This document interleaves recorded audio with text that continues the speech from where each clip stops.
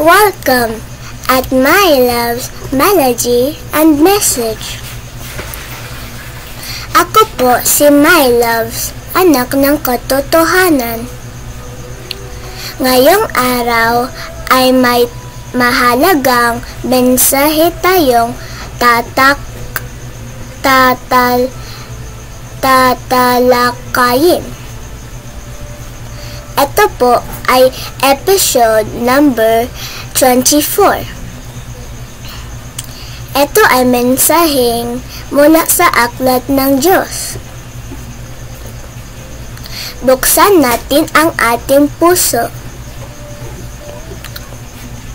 Narinig mo na ba ang mga nagtatalo tungkol sa kalooban ng Diyos? Bakit kaya hindi sila nagkakasunod? Lahat ba sila ay tinuruan ng Diyos?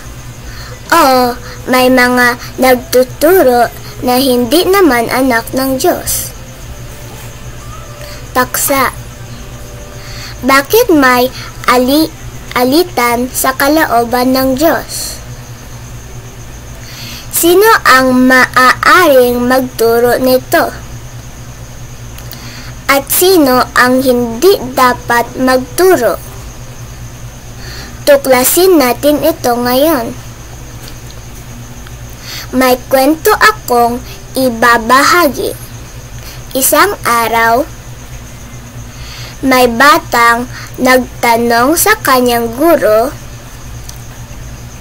bakit po nagtatalo ang mga tao tungkol sa salita ng Diyos? Sumagot ang guro, dahil hindi lahat ay ipinanganak muli ng Diyos. May mga tao na laman lamang. Wala ang espiritu ng Diyos sa puso nila. Ibig sabihin, hindi nila nauunawaan ang kalooban ng Diyos.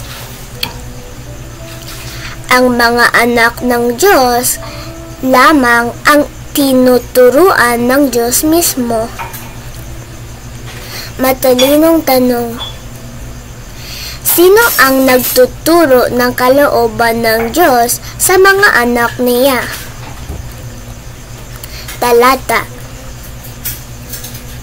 Ano ang sinasabi sa Isaiah chapter 54 verse 13?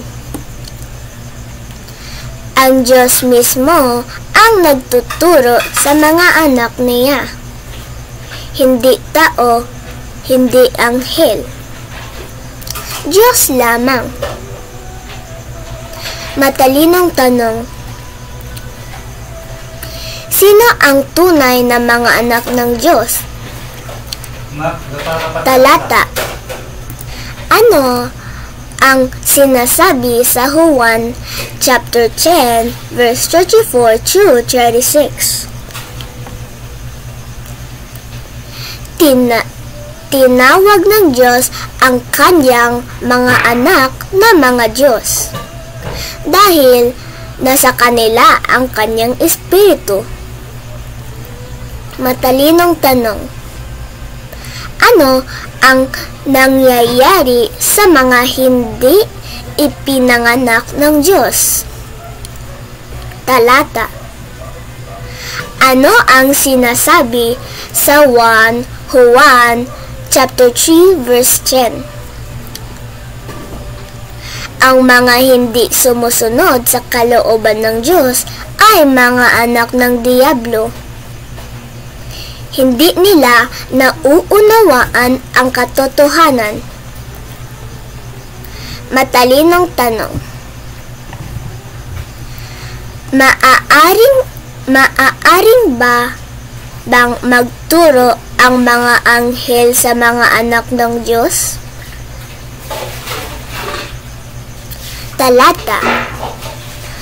Ano ang sinasabi sa 1 John chapter 3 verse 10 at Isaiah chapter 54 verse 13.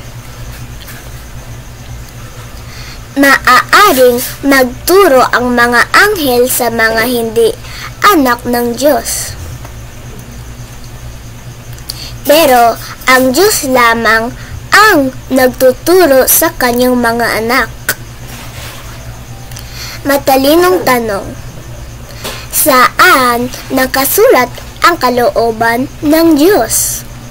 Talata: ano ang sinasabi sa 2 Pedro chapter 3 verse 1 to 2? Ang kalooban ng Diyos ay isinulat ng kanyang mga propeta at apostol. Nasa aklat ng Diyos ngayon. Halimbawa, kung ang isang bata ay nagbabasa ng aklat ng Diyos at may espiritu ng Diyos, mauunawaan niya ang kalooban ng Diyos. Pero, kung walang espiritu ng Diyos, kahit magbasa siya, maguguluhan lamang siya at makikipagtalo.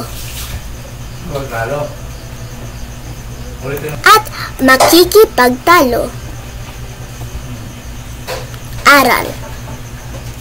Ang alitan ay nangyayari dahil maraming nagtuturo na hindi tinuruan ng Diyos.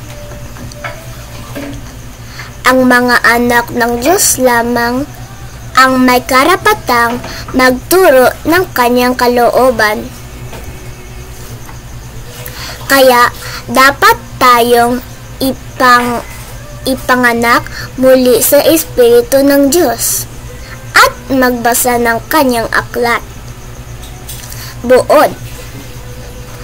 Bakit nga ba may alitan sa kalooban ng Diyos? Dahil maraming tao ang nagtuturo mula sa laman lamang. Hindi sila tinuruan ng Diyos. Pero ang mga anak ng Diyos ay tinuturuan ng Diyos mismo. At sila ang nagtuturo ng katotohanan sa mundo.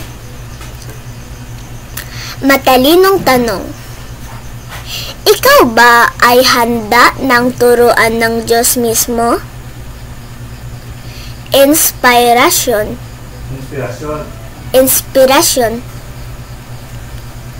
Maging anak tayo ng Diyos sa pamamagitan ng kanyang Espiritu. Basahin natin ang kanyang aklat. Sundin natin ang kanyang kalooban.